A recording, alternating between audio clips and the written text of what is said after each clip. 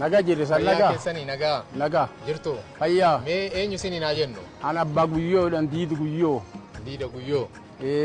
Ayyee mee magaalaan Nageellee Booranaa maaliif Nageellee jedhamte laata?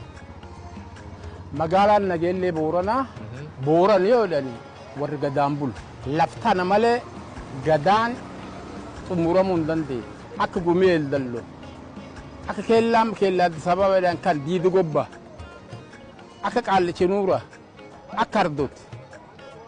Kun cufa lafardaa jilaati. Lafardaa jilaatiin marfame. Nageellee Booranaa wanni jedhaniif asa dhalate.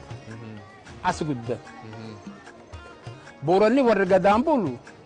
Gadaan ammoo warra nama amnatu. Guddifachaa gada irraa argate. Hin guddisan. Ilmi tolfatan.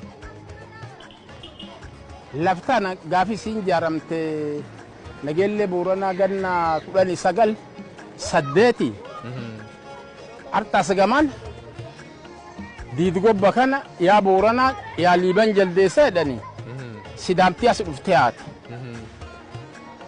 Booran namni dhibiin laftan hin jiru Booran malee gaafas. Xaliyaan illee as dhuftee haati. Armaatee dirree galchite. Xaliyaan as dhuftee waraana geggeessitee asitti? Waraana arma geggeessanii armaatee Booran dirree galchite. Booranatu ari'ee? Booran haatee waladhanii wal fixanii Booranni bira dirree gali. Tanaaf Nageellee Booranaa Booranatti irra dhalatee Booranatti as dhalateef Nageellee Booranaa jedhani. Gaaf sidaamtii dhuftee armum jiru Booranni. Gaaf xaliyaanii dhuftellee armum jiru Booranni. Lafti ardaa jila laf 97 moo hagan Nageellee Booranaa tanaan lafa marfamtee arma kee jirti. Wanni Nageellee Booranaa jedhaniif aadaa irra geeges, jili irra geeges, as dhalate tanaaf Nageellee Booranaa jedhama. Maqaan Nageellee jettu kun maal irraa dhufte laata? Nageellee jechuun lafa nagahaati. Nagaa. Nagaa. An bultiin nagaa hin jedhani? Bultiin nagaa warri alaa dhufu sidaamtillee Booran irra dhageeti. Bultiin nagaa alaamanni nagaa. Alaamanni nagaa warra foorii nagaa. Karra fuloon nagaa. Fulaan ati jirte nagaa jecha Booran irra dhageeti. Maddi isaas jechuudha. Maddi isaara. Kanaaf Nageelleen nagaa kan jedhu irraa dhufee? Nageelleedhanii nagaa jedhanii irra kaasaniif ta'a. Magaalaan kunis achumarraa hundooftee jechuudha? Achumirra hundoofte. Mee haa ta'u magaalaan kuni jalqaba yeroo hundooftu maal fakkaate ture? Aadaa akkamii qabdi ture? Akkamitti nama simatu ture? Mee Oromoon asii?